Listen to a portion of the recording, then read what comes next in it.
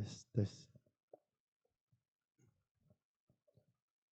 Ya, baiklah saudara-saudara Dhamma, sebelum kita memulai pembahasan Dhamma pada pagi hari ini, marilah kita sekali lagi merapatkan kedua tangan kita di depan dada dengan sekali lagi mengagungkan Guru Agung kita dengan membacakan Namo Tassa Bhagavato Arahato Samma Sambuddhassa.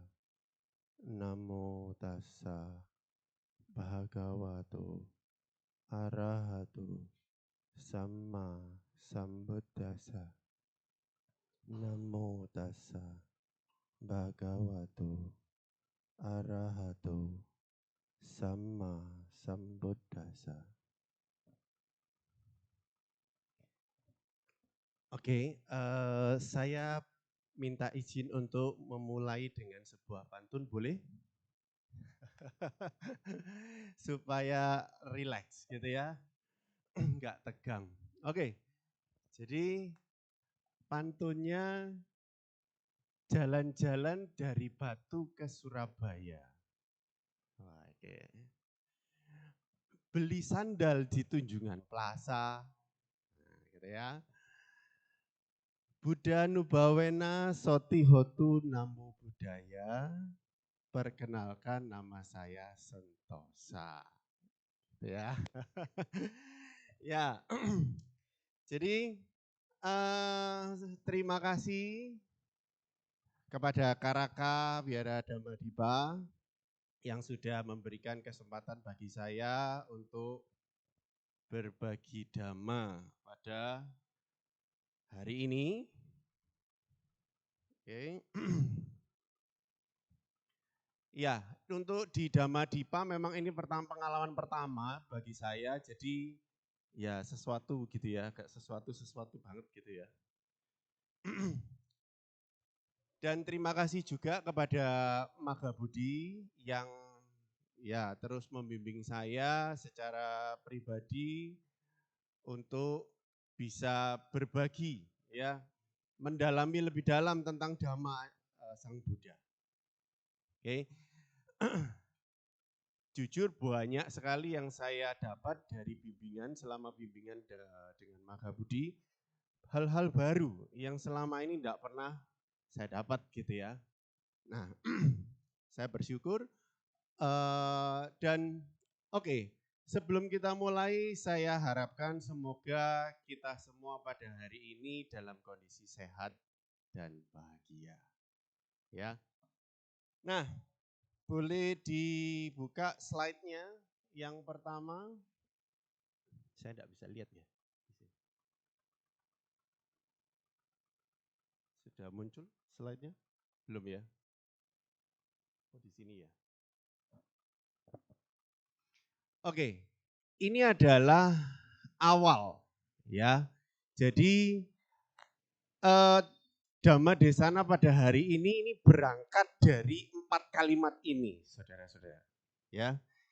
Jadi judulnya itu memahami sila dengan bijak. Oke. Lanjut slide kedua. Nah, 4 kalimat ini saya yakin kita semua pernah dengar. Ya, kalau belum pernah dengar berarti masih baru, umat baru gitu ya. Enggak apa-apa gitu ya. Nah, mari kita baca bersama-sama, mungkin ya lebih enak ya. Ayo, 1, 2, 3. Silena sugating yanti, silena boga sampada, silena nibuting yanti, tasma silang wisodayi. Ada yang tahu artinya apa?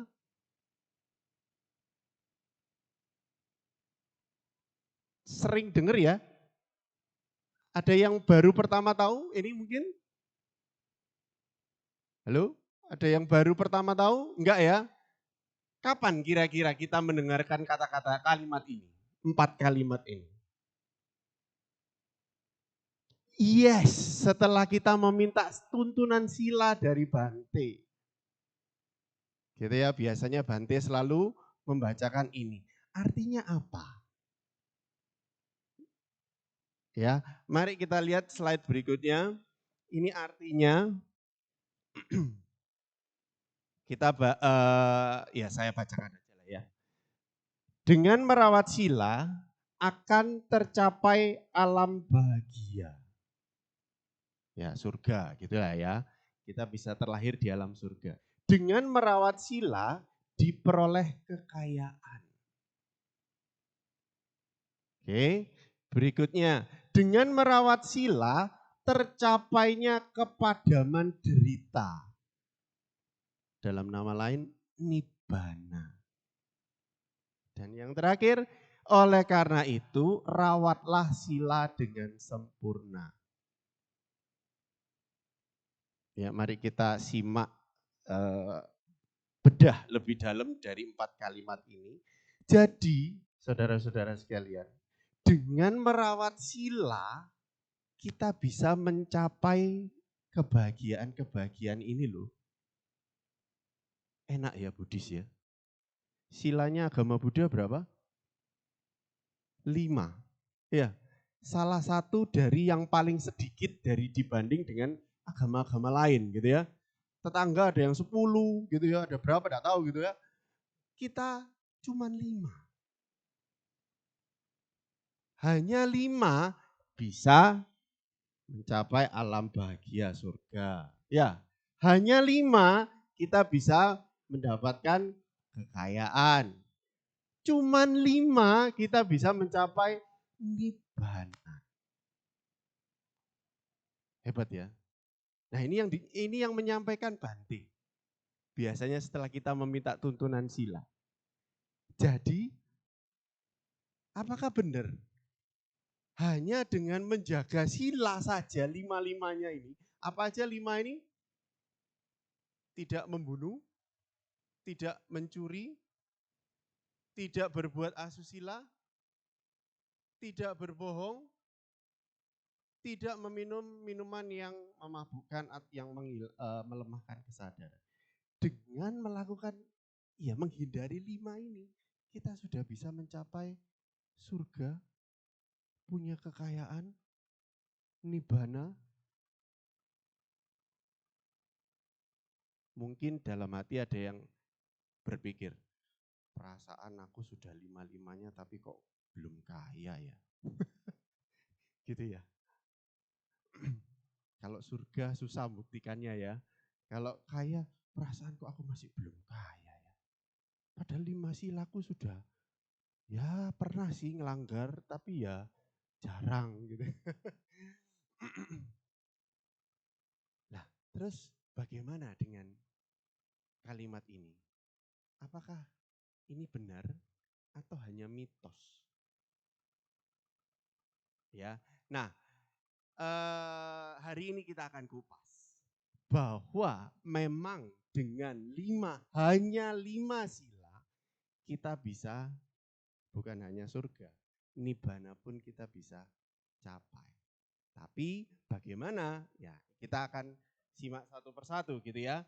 Nah, bahwa dalam menjalankan sila atau mempraktekkan sila, ini kita wajib tahu dulu ada 3 tahap yang harus kita lalui.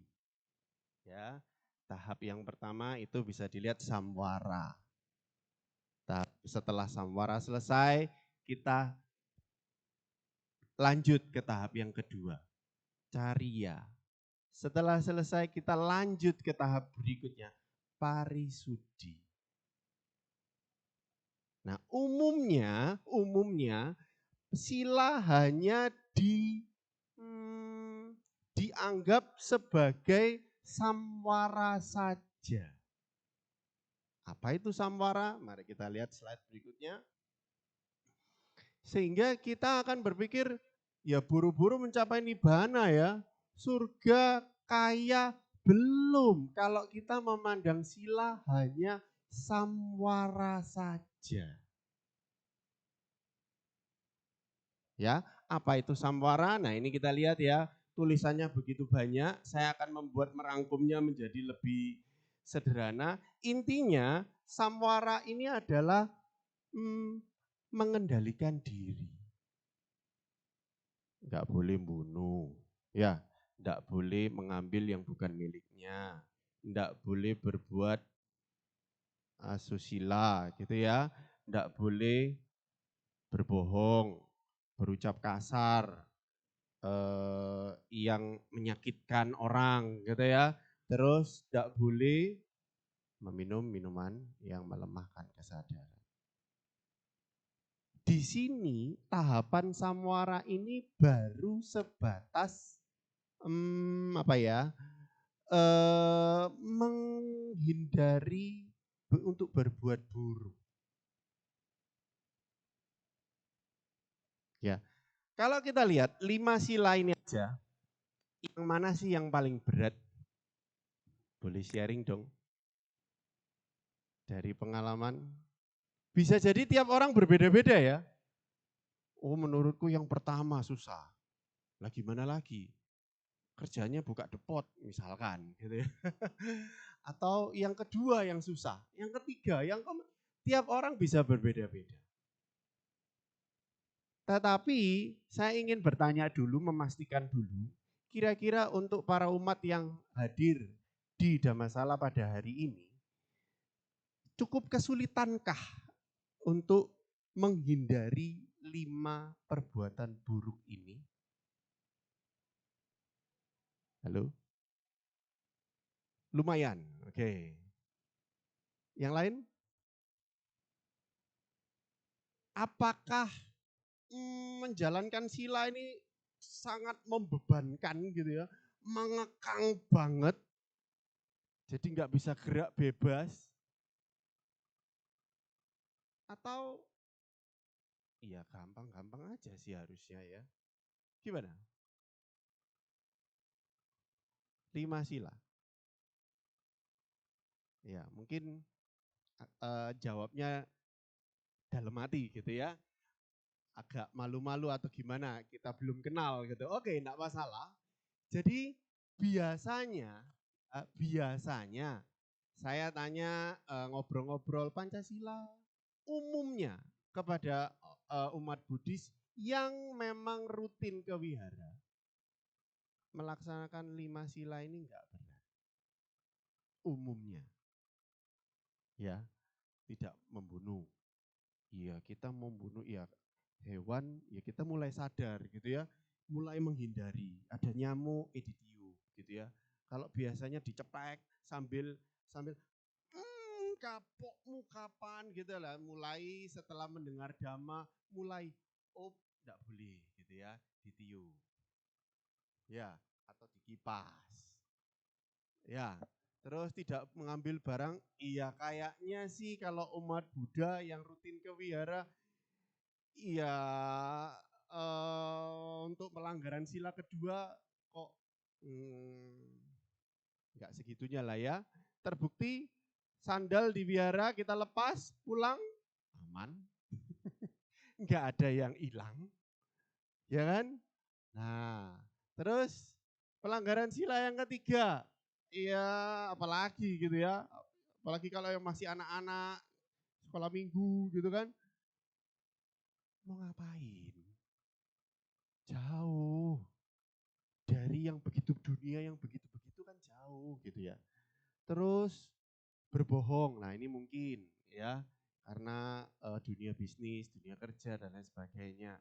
Kadang harus ada bumbu-bumbu penyedap sedikit gitu ya. Nah, ya yang keempat. Yang kelima, minum minuman keras. Ya, kayaknya juga apalagi kalau anak kecil, remaja, mahasiswa masih jauh gitu ya. Karena mau beli aja mahal. Iya toh? Nah, jadi 5 sila ini cenderungnya mudah. Kalau kita mengevaluasi diri kita bahwa melanggar 5 sila ini bagi kita, bukan melanggar ya, mempraktekkan 5 sila ini bagi kita sangat mudah, berarti satu saudara, kita harus mensyukuri. Kita terlahir di lingkungan yang baik. Yang kedua, Anda punya potensi untuk menjadi orang baik. Iya kan? Berarti kan lingkungan kita baik, kita juga enggak apa ya, kan ada ya orang yang aduh kalau enggak nyakitin orang gitu kok gak enak semua. Kan kadang ada yang seperti itu gitu ya. Ada yang klepto gitu ya. Kalau enggak ngambil gitu tuh kok gak enak ya. Pengen ngambil punyanya orang gitu ya. Atau yang kelainan seksual ya, pengen mencoba ini dan itu gitu kan. Nah itu kan kalau orang-orang yang seperti itu kan berat banget untuk menjalankan sila, betul ya? Nah, tetapi kita hidup di lingkungan yang mudah untuk menjalankan. Berarti kita harus mensyukuri dong. Ya, salah satu yang ada di Manggala Sutta, hidup di tempat yang sesuai. Iya, kita sudah miliki, adalah berkah utama. Berkat kebajikan yang mungkin kita lakukan di kehidupan sebelumnya. Makanya di kehidupan sekarang kita kondisinya seperti ini. Ya.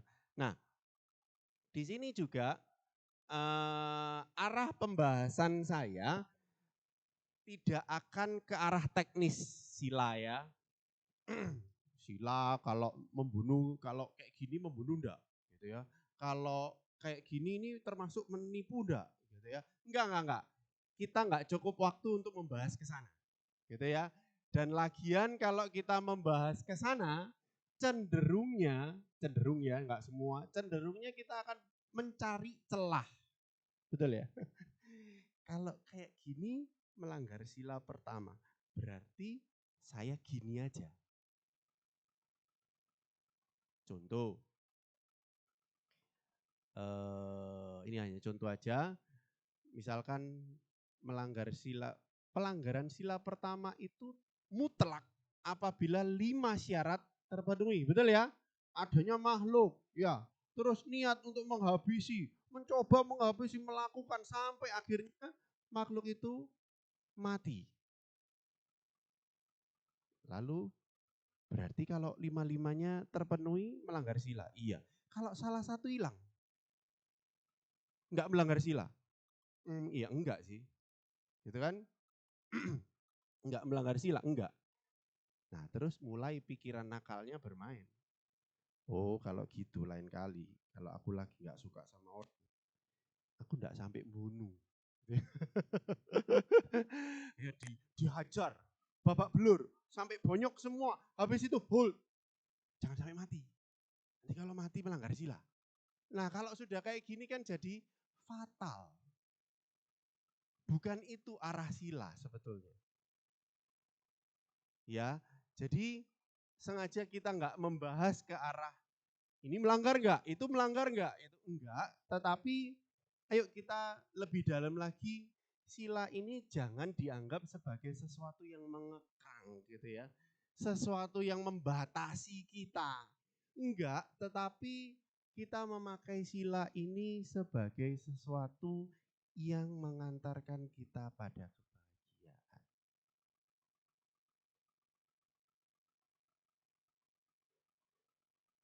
Ya, nah gimana caranya gitu ya. Nah, perlu diketahui juga bahwa melanggar sila itu mutlak ya. Sang Buddha mengatakan bahwa kalau kita melanggar sila 5 sila ini, membunuh, mencuri, memperbuat asusila, yang keempat berbohong dan mabuk-mabukan gitu ya, mengkonsumsi sesuatu yang ketagihan gitu. Nah, itu mutlak adalah karma buruk. Oke. Dan ya, konsekuensinya kita harus menanggung entah kapan. Tapi pasti itu adalah mutlak karma buruk. Ya. Nah, bagaimana dengan sila-sila yang lain? Mungkin ada yang pernah melakukan atasila gitu ya, atau dasasila ya, tanggal 15, tanggal 1 melakukan atasila. Bagaimana dengan dasasila? Atasila, misalkan setelah jam 12 enggak makan siang. Apakah kalau kita makan siang setelah jam 12 kita karma buruk?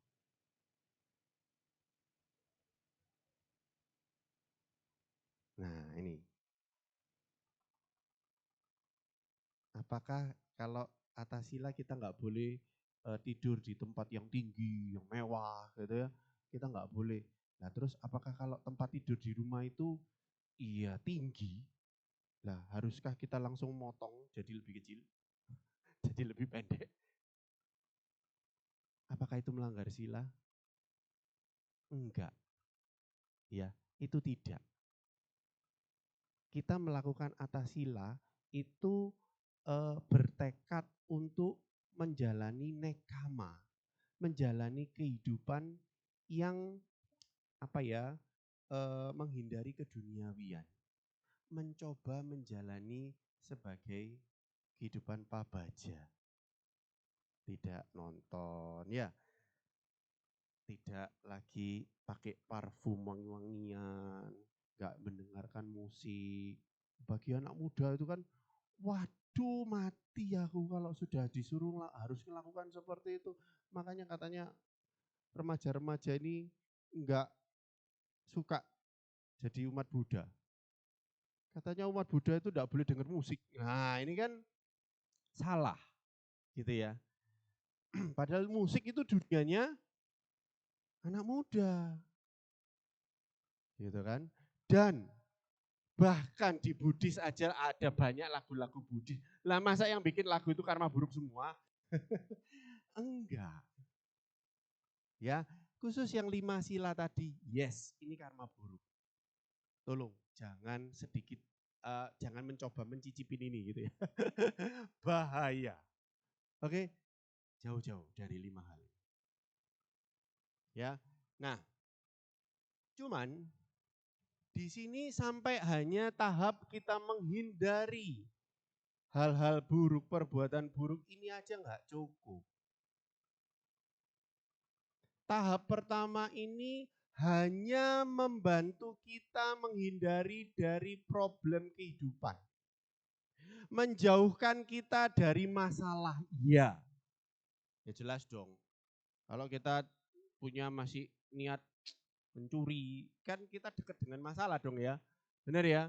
Nah, takut, ini jangan-jangan ketahuan, ketakutan. Nah, dengan kita menjalankan sila, jelas yes kita jauh dari masalah. Tapi untuk bisa memperoleh kekayaan belum. Untuk bisa mencapai alam surga belum. Apalagi mencapai nibbana belum tentunya. Harus next tahap berikutnya. Ya. Nah, boleh di slide berikutnya. Tahap kedua adalah tahap cariya. Nah, di tahap ini kita berusaha melakukan kebalikan dari yang harus dihindari di yang pertama. Yang pertama nggak boleh membunuh. Kita harus tahu akar dari membunuh itu apa sih? Benci ya. Aku enggak suka sama nyamuk, gigit saya, gatel, nanti jadi sakit demam berdarah. Ya, aku enggak suka, aku benci. Jangan sampai gigit anak saya. Begitu menyamperin anak saya, ceplek gitu ya, benci. Nah kita harus sadar, berarti kita harus mengembangkan kebalikannya. Apa kira-kira kebalikan dari kebencian? Cinta kasih. Mulai kita mencoba bersikap ramah kepada siapapun. Aduh, gak enak semua misalkan ya. Gak kenal kok tiba-tiba SKSD sok ramah gitu. Iya, ini kita tahap cariya.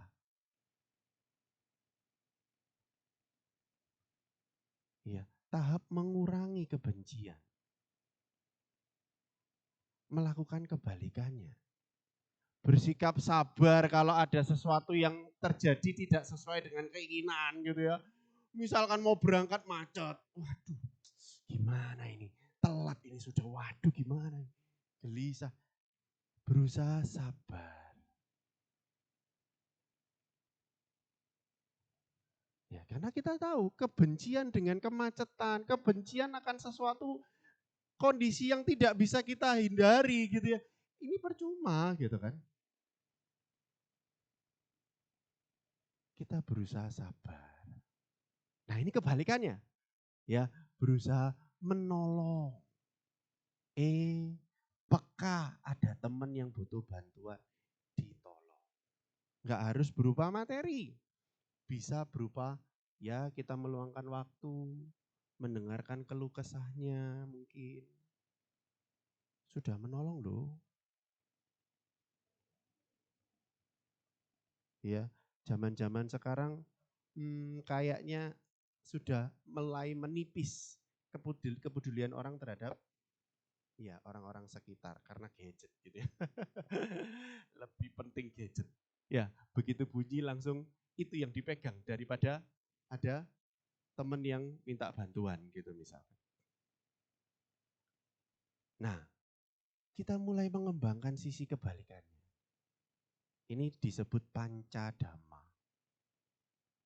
Ya. Terus ada lagi, kita mesti tahu akar dari mencuri apa? Serakah. Enggak punya yang begituan, pengen dong. Aduh, kalau aku punya yang begituan kok rasanya enak ya. Ambil. Gitu ya kan? Nah, kita mulai mengembangkan yang kebalikannya. Apa kira-kira kebalikannya? Merasa cukup, ya, atau berdana. Iya, dermawan. Yang tadinya justru malah jangan diambil. Kalau bisa aku yang ambil, gitu ya. Ini kebalikannya, kasih malah. Udah enggak apa-apa ambil aja. Udah enggak apa-apa ambil aja. Ini cari ya. Iya. Berzina. Apa kebalikannya? Bersyukur. Ya, atau setia terhadap pasangan. Pak, gimana kalau saya masih jomblo? Iya sudah, setia pada kejombloan gitu. Ya, jadi setia pada pasangan. Ya, enggak haus untuk mencoba ini dan itu gitu ya. Coba toh dipikir, kita kepingin gitu ya, misalkan nyoba ini dan itu. Ujung-ujungnya nanti ketakutan sendiri. Ujung-ujungnya nanti penderitaan sendiri. Apa ya mau? Terkadang kita hanya buta oleh kenikmatan sesaat. Kepingin, enak soalnya misalkan gitu ya. Nyuri, punya tiba-tiba enggak pakai kerja, enggak pakai apa-apa, punya HP bagus. Kan enak. Tapi setiap hari muncul ketakutan. Gimana kalau ketahuan? Gimana dengan kehidupan karma di kehidupan yang akan datang? Hasilnya seperti apa? Iya kan? Nah, kalau kita menyadari itu, kita akan berhenti. Kita tidak, ya auto, nggak perlulah ngapain. Aku nggak pengen membuat diriku sendiri susah. Gitu ya. Nah, berikutnya, berbohong. Mulai mengembangkan jujur. Semua, ya kita ngomong jujur. Tapi bijaksana ya, jangan jujur yang tidak bijaksana gitu ya. Bahaya. Apa-apa terbuka semua, password PIN-nya berapa gitu ya. BPKB apa dikasih semua loh, ya hilang semua. Ya, jadi jujur boleh tapi harus bijaksana. Gitu ya. Dan yang berikutnya mengkonsumsi mabuk-mabukan ya. Nah, ini kebalikannya apa dong? Kebalikannya apa? Membuat kita lengah, membuat kita tidak waspada. Berarti kebalikannya melatih kesadaran dengan cara meditasi.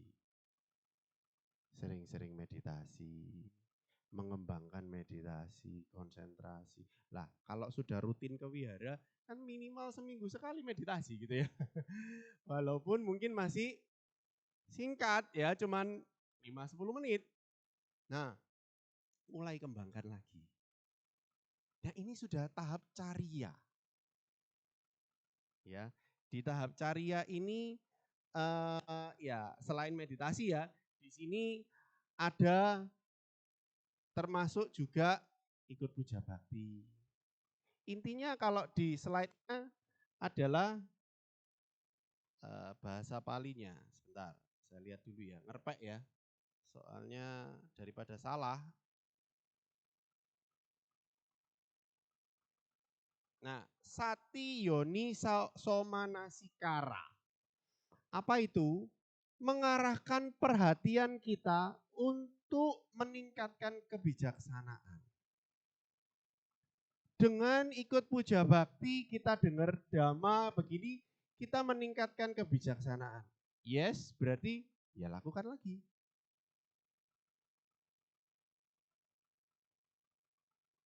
Oke, baca-baca buku dhamma.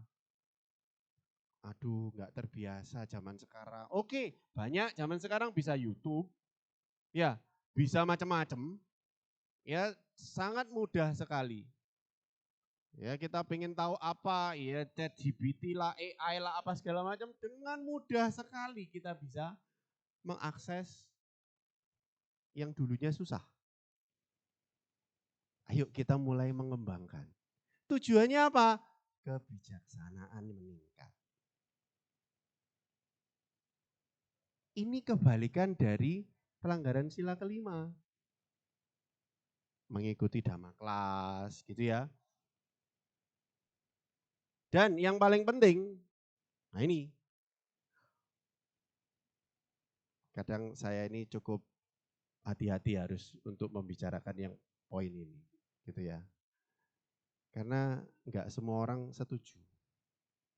Poin yang terakhir, contoh dari kebalikan mengembangkan sila kelima, pelanggaran sila kelima adalah kita membuat circle kita ini positif.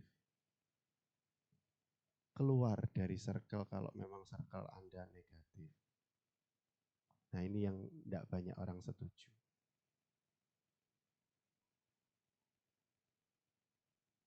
Kadang-kadang kita membunuh itu gara-gara teman-teman sebelah. Oh jangan membunuh lah ya. Paling gampang korupsi. Ya ikut-ikutan korupsi gara-gara teman sebelah. Loh ini sak kantor korupsi semua. Kalau aku enggak korupsi berarti aku yang paling aneh. Ya udah ikut dah. Keluar. Kita harus berani keluar. Kalau kita tahu lingkungan kita, lingkungan yang tidak positif, keluar. Karena itu menyeret kita ke lebih dalam lagi. Ingat, pelanggaran sila karma buruk. Karma buruk lahir di alam-alam rendah. Kalau sudah lahir di alam rendah, berat saudara untuk bisa balik ke manusia lagi itu effortnya luar biasa. Nah, kita sudah di manusia, ya jaga dong. Gitu ya. Jangan sampai kepleset. Ya. Nah, di sini kita membuat kebiasaan. Enggak cuman sekedar oh, aku enggak boleh membunuh, menghindari pembunuhan. Bukan lagi seperti itu. Tapi sudah aku enggak mau membunuh nyamuk karena aku apa ya, penuh cinta kasih. Aku lagi mengembangkan cinta kasih. Bukan lagi karena aku takut nanti kalau membunuh nyamuk, aku lahir di alam neraka. Sudah bukan itu lagi. Tapi di tahap ini, tidak membunuh nyamuk karena aku sedang mengembangkan cinta kasih. Beda.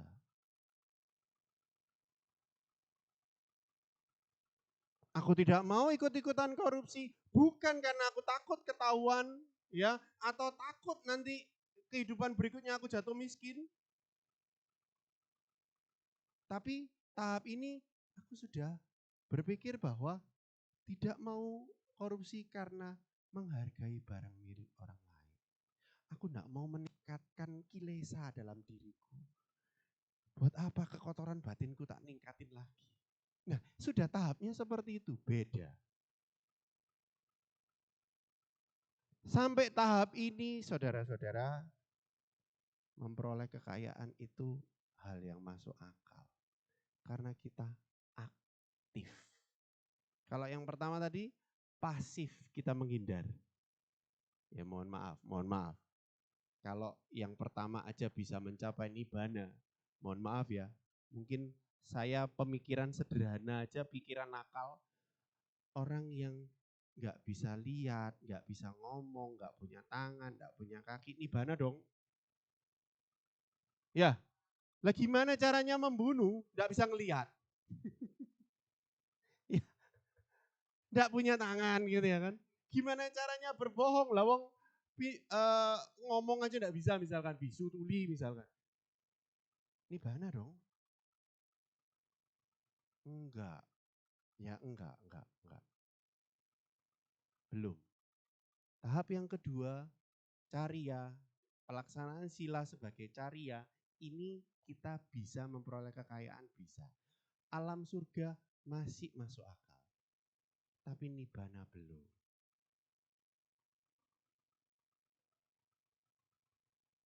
Ya, nibbana masih belum. Nibbana butuh tahap yang terakhir. Oke. Nah, tahap yang terakhir dari pelaksanaan sila, kita buka slide-nya, adalah parisudhi sila. Apa itu? Sejenis makanan apa parisudhi? Ya, parisudhi sila ini adalah memurnikan sila. Di tahap ini, kalau yang tadi mungkin tidak membunuh, sudah menghindari supaya tidak supaya enggak mengalami akibatnya, ya, supaya mengembangkan cinta kasih. Di tahap ini lebih dalam lagi. Kita memurnikan motivasi segala macam tindak tanduk kita. Kan ada ya orang berbuat baik itu supaya dapat nama, gitu ya. Enggak ikhlas intinya gitu ya. Ada yang berdana supaya dikenal banyak orang, terkenal. Nah, kalau di tahap ini sudah enggak bisa seperti itu. Kalau dibilang melanggar sila, enggak loh. Ya, saya berdana. Walaupun motivasi saya kepingin supaya saya berdana nanti supaya usaha saya lancar. Melanggar sila? Enggak. Tapi kita enggak cukup kalau pemahaman seperti itu kita teruskan. Kita harus melangkah ke tahapan yang ketiga. Memurnikan sila. Benar-benar murni, bebas dari keserakahan, bebas dari kebencian, bebas dari ketidaktahuan. Enggak ada motif serakah. Mau berdana, udah berdana gitu aja. Murni, benar-benar murni. Nah, apa aja yang harus dilakukan nih untuk kita bisa memurnikan sila di dalam Cetana Karania Sutta, ya. Ini benar-benar pure dari ajaran Sang Buddha gitu ya. Dari Sang Buddha sendiri ada 4 aspek yang kita harus perhatikan dalam hal kita memurnikan sila kita. Memurnikan tindak tanduk kita. Yang pertama, aspek winaya, etika moral. Ya. Jadi ini hanya sebatas kalau kita lihat sudah sesuai dengan 8 jalan mulia berunsur 8 gitu ya. Itu kan resepnya Sang Buddha untuk mencapai nibbana. Ada yang ingat 8-8-nya apa? 1. Apa? Lupa? Atau malu? Ya, 1. Pandangan benar. Ya, 2. Pikiran benar. 3. Ucapan benar. 4. Kerakyatan yang dipimpin oleh hikmat. Bukan ya. 4. Apa? Perbuatan benar. 5. Mata pencaharian benar. 6. Usaha benar. 7. Perhatian benar. 8. Konsentrasi benar. Nah, ini sesuai. Dari 8 jalan mulia ini kan pikiran benar masuk. Ya, perbuatan benar masuk. Ucapan benar masuk. Ya kan? Terus, apalagi mata pencarian benar masuk. Ya, dalam hal ini kita sudah tidak lagi melanggar sila ini, sudah dipegang kuat sebagai prinsip untuk menjalani kehidupan. Iya. Kadang yang terjadi, saya paham, di lingkungan saya cukup banyak juga. Nah gimana lagi urusan kerjaan. Diajak klien minum-minum. Nah, kalau ditolak nanti batal ini sudah. Kesepakatannya batal, gimana dong? Ada yang pernah mengalami mungkin? Ya, diajak klien, ya minum-minum, kan enggak sesuai. Alah enggak apa-apa lah, yang penting dikit, yang penting kliennya seneng, ya sudah. Enggak boleh saudara. Coba dibalik. Kalau misalkan yang kita ajak adalah muslim, kita ajaknya makan yang haram. Oh, ini klien, membuat klien senang. Apa enggak? Gimana kira-kira? Kalau misalkan itu terjadi pada teman-teman atau saudara-saudara kita yang muslim, ya ditolak lah. Lah lucu, masa ngundang yang muslim makanannya haram gitu ya kan? Sama, kalau mereka berani untuk seperti itu, kenapa kita nggak berani juga? Iya, maaf, saya nggak bisa. Ya nemeni ya enggak apa-apa kalau nemeni, tapi kan kita enggak minum. Ya. Nah, itu. Terus aspek yang kedua, aspek indria samwara. Ini menjaga pintu indera. Nah, di sini kita sudah mulai peka dengan apa yang dilihat. Misalkan di depan mata ada apa? HP tak bertuan dan tidak ada orang yang ngelihat. Ya kan? Wah, ini HP-nya masih baru. Masih kinclong. Tidak ada yang ngelihat. Ambil enggak ya? Ya. Nah, ini kita harus menjaga pintu indera kita. Ini cara kita memurnikan sila. Kita melihat gimana cara melatihnya. Kita melihat objek hanya sebatas objek. Itu saja. HP, ya sudah, HP orang. Selesai. Pikirannya enggak kemana-mana gitu ya, enggak ada kemelekatan, enggak ada ingin memiliki. Kita sudah buang semua itu. Melatih untuk ke sana. Ya. Atau tiba-tiba ngelihat wanita cantik lewat gitu ya. Sebagai cowok ngelihat wanita cantik pakai baju seksi misalkan gitu ya kan. Objek hanyalah objek. Titik. Tidak melekat.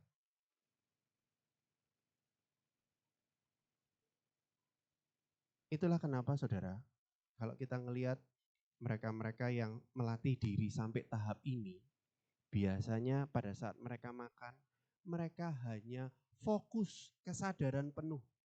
Apa yang dimakan, oh ini asin, oh ini manis, oh ini kasar, oh ini halus. Selesai. Nggak ada lagi enak tidak enak. Hanya fokus kesadaran penuh. Apa yang tak makan, ya sudah. Ada asinnya, ada manisnya, selesai. Menjaga pintu indera. Apa yang dilihat, apa yang didengar, enggak apa ya, kok enak ini ya, apa ya ini ya, diikutin, lagu apa ini ya. Nah, konsen lagi fokus objek sebatas objek. Yang dicium, yang dirasa, yang disentuh, dan yang dipikirkan. Wah, ini berat, Pak. Berat tapi bukan berarti tidak bisa, kan. Ya memang ini jalannya. Kita memahami sila, ya begini. Tahap yang ketiga, ya jelas tahap yang paling terakhir. Ya enggak gampang dong. Ya, berikutnya yaitu aspek dari cetana. Nah, ini lebih halus lagi, saudara. Muncul niat aja, ini sudah kekotoran, sudah cacat. Noda.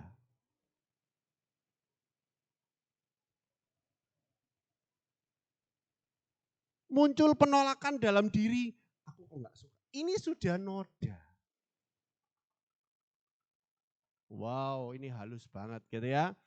Nah, cetana. Terus, jadi dalam tahap ini motivasi semua tindakan benar-benar murni. Pengen membantu orang, selesai. Enggak ada untuk diri kita sendiri. Ya.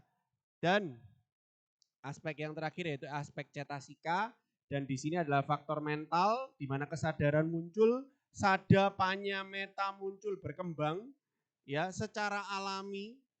Jadi melaksanakan sila itu bukan lagi dipaksakan, dikondisikan, diharuskan, enggak, tapi melaksanakan Pancasila itu benar-benar muncul alami.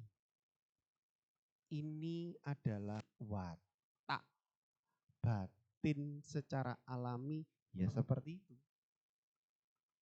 Pure murni.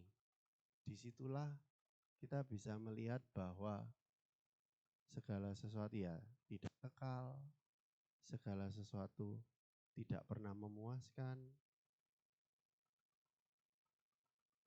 Nah, sampai tahap inilah baru ya silena nibuting yanti. Silena boga sampada tadi sudah lewat ya. Tasma silang wisodai.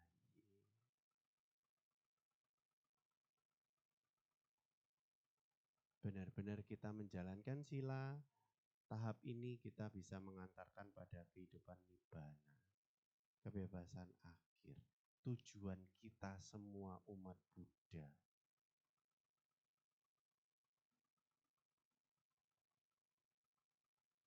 Ya, harus melatih diri. Yes. Harus ke sana. Yes. Tapi enggak bisa ya, ujuk-ujuk saya langsung ketiga aja, enggak mau 1 dan 2. Enggak bisa. Ya, 1 dulu, hilangin, stop. Ya, ini kalau kita lihat kan sesuai dengan ya slide berikutnya sesuai dengan intisari ajaran agama Buddha ya. Sabapapasa apa? Akaranang kusalasa upasampada sacita pariyodapana etang budang nusa sasana. Stop berbuat jahat, ya, perbanyak kebajikan, sucikan atau bersihkan batin kita. Inilah ajaran Sang Buddha. Ya ini 3 tahap. Jadi kalau masih tahap untuk menghindari, itu masih tahap yang pertama. Tahap yang kedua kita mulai mengembangkan kebalikannya. Tahap yang ketiga memurnikan batin kita sendiri. Disinilah nibbana bisa dicapai. Nah, berikutnya, slide berikutnya. Nah, di sini, sebelumnya, kelewatan ini ya. Nah, ini dia. Ini adalah petanya, saudara. Sebentar, ini yang pertama ya. Jadi kita melatih sila yang baik, dengan melatih sila yang baik, muncul bebas dari penyesalan. Enggak ada penyesalan, jelas. Ya, enggak ada lagi penyesalan kalau kita melaksanakan sila. Menyesal itu bukan cuman sekedar berbuat jahat ya, berbuat buruk ya. Menyesal juga karena kelewatan untuk enggak berbuat baik. Ini juga penyesalan loh. Nah, kalau kita melaksanakan melatih sila sampai 3 tahap yang tadi, ini sudah sudah melatih sila dengan baik ya, tidak ada lagi penyesalan. Ya, berikutnya setelah tidak ada penyesalan, sukacita, damai, bebas dari rasa takut. Nah, setelah itu muncul suka, bahagia. Setelah itu muncul ketenangan. Coba perhatikan ya. Ini petanya. Berikutnya, setelah ketenangan muncul apa?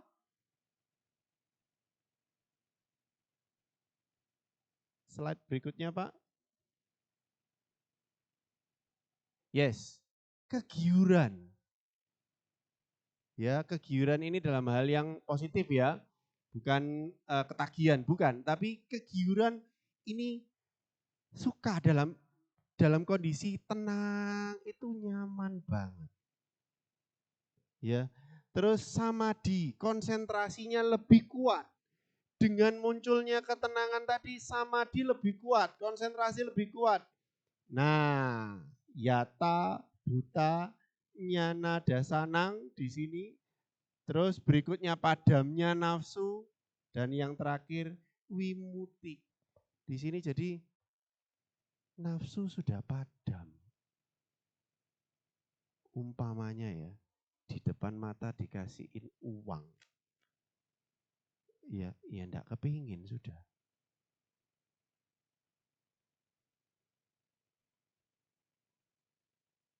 Sudah betul-betul murni silanya. Tindak tanduknya murni.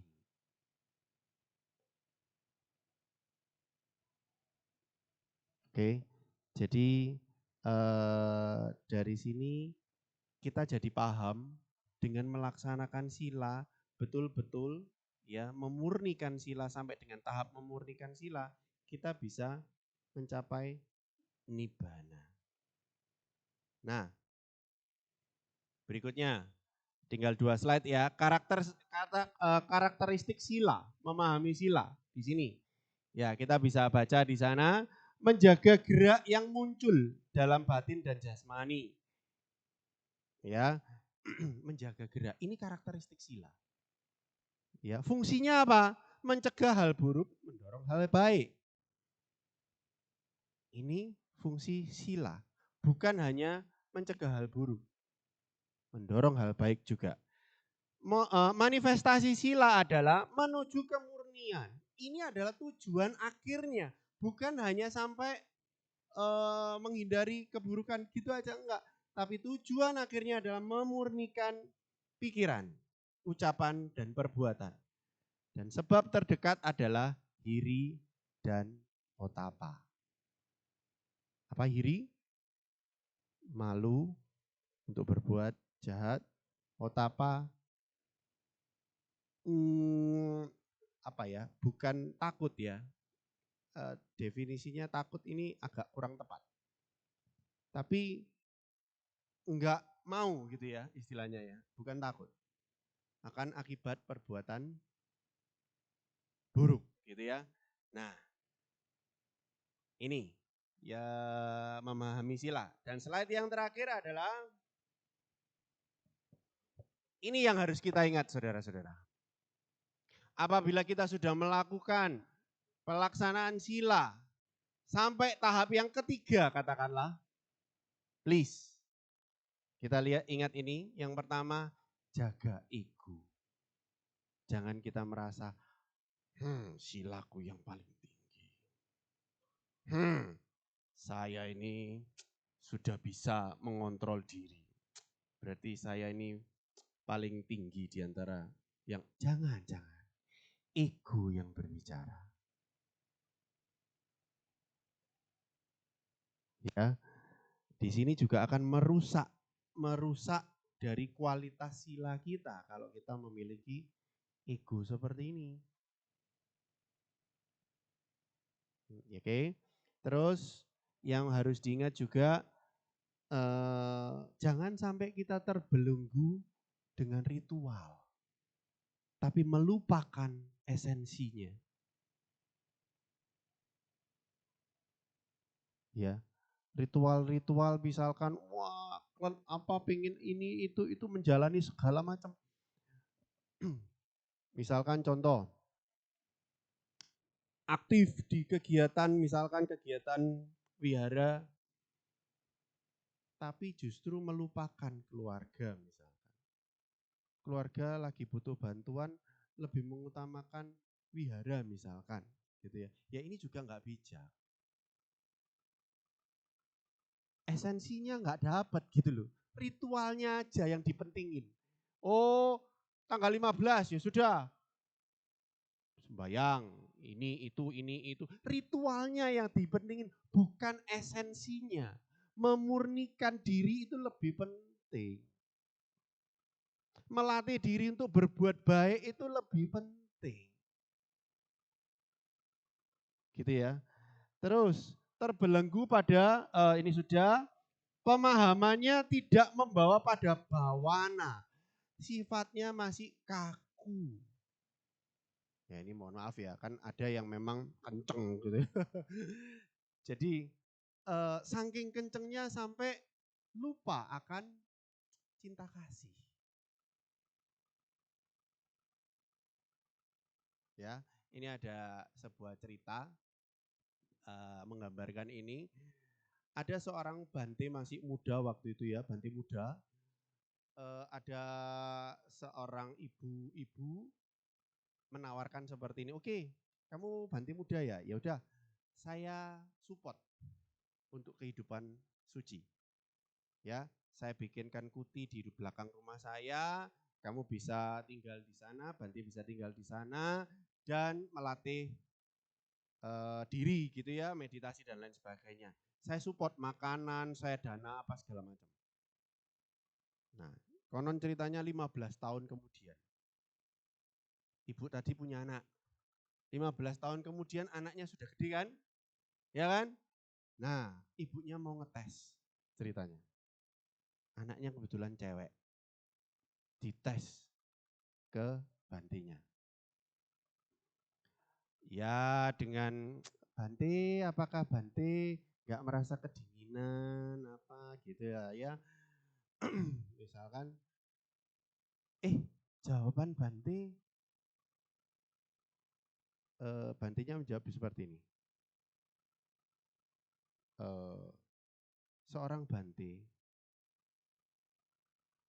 tidak melakukan hal-hal yang apa ya istilahnya asusila.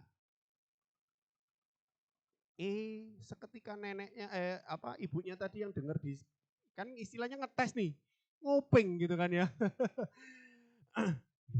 Kok jawabannya seperti itu? Marah seketika ibunya. Bantinya diusir, saudara. Ya, ini cerita fiktif ya, nggak ada ya, bukan true story gitu ya. Ini fiktif, ini dari buku Zen gitu ya. Tapi ada yang tahu enggak kira-kira kenapa ibunya marah? Bantenya diusir. Dibakar kutinya. Dasar kamu otak batu, kepala batu. Kira-kira kenapa?